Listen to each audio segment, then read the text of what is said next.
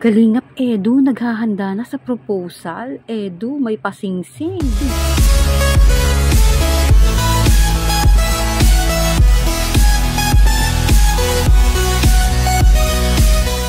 Kalingap Edu at Viancy, ano na ba ang namamagitan? Dahil syempre nabalitaan natin si Kalingap Edu bumili ng singsing. Tara, alamin natin. Kamusta po mga kalingap? Muling nagbabalik ang inyong lingkod mini vlog, naghahatid ng update tungkol sa mga kalingap. Kung bago ka pa lang sa aking channel, mag-subscribe na at huwag kalimutang mag-like para lagi kayong updated sa aking mga videos. Maaaring tapusin po muna natin ang video bago po tayo magkomento.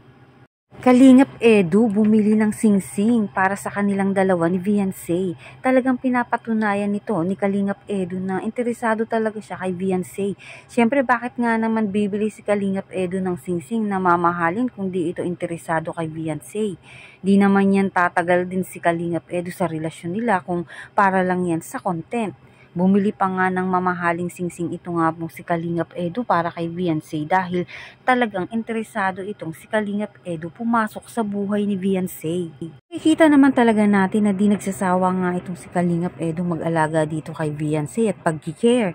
Gusto din syempre ni Viancy dahil nakikita nga niya na mabuti din ang intensyon nito ni Kalingap Edu at isa pa nga po ay na kay Kalingap Rab ay willing nga itong mag-intay si Kalingap Edu ng 5 years. Sa tingin niyo po ba mangyayari ang ganun katagal mag-antay dahil alam naman natin na may edad na nga itong si Kalingap Edu.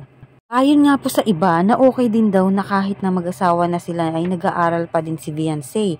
Alam naman natin na madaming ang nangyayari na ganyan sa relasyon ngayon na nag-aaral pa din pero mag-asawa na.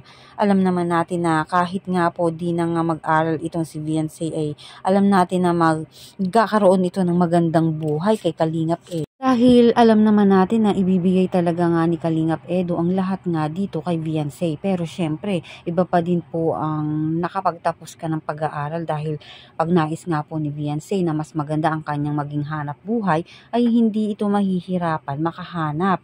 Kahit nga po ang mga fans, supporter, magulang ni Kalingap Edu at magulang ni Viancy, eh yan nga po talaga din ang inaantay ang kasal nga po. Ito nga pong si Dr. Love ay lagi nga po iyon nababanggit ang kasalan dahil wala nga daw pong makakabigil once gustuhin po talaga nito ni Kalingap Edu at ni Viancy iyon. Kahit nga po ay nag-i-interview sa kanya ay gustong malaman kung ano nga ba talaga sila ni Viancy.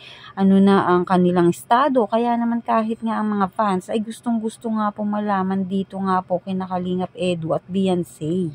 Tulad po niya, nagbili ng singsing si Kalingap Edu. Di natin alam kung friendship ring ba yan or wedding ring na pala.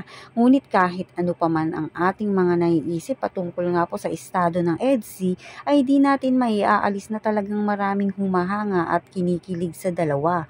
Kaya po patuloy po natin na suportahan ang EDC.